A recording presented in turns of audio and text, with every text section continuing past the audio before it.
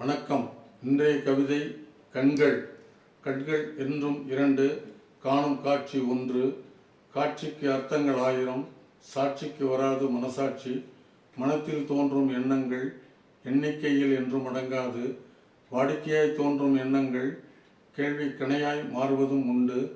கண்களால் பார்க்கும் பார்வை கண்களுக்கு மட்டுமே சொந்தம். உரிமைக்கு இல்லை சொந்தம், உணர்ச்சிக்கு இல்லை சொந்தம்.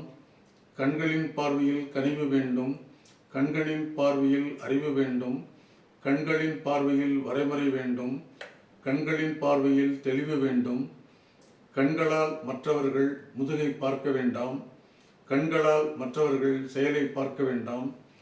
கண்களால் அவரவர்தம் முதுகை பார்க்க வேண்டும், மனக்கண்களால் அவரவர்தம் செயலை பார்க்க வேண்டும். கண்களுக்கு தேவை மனிதநேயம், கண்களுக்கு தேவை நேர்கொண்ட பார்வை. கண்களுக்கு தேவை உன்னத சேவை, கண்களுக்கு தேவை புனிதத்தின் தன்மை.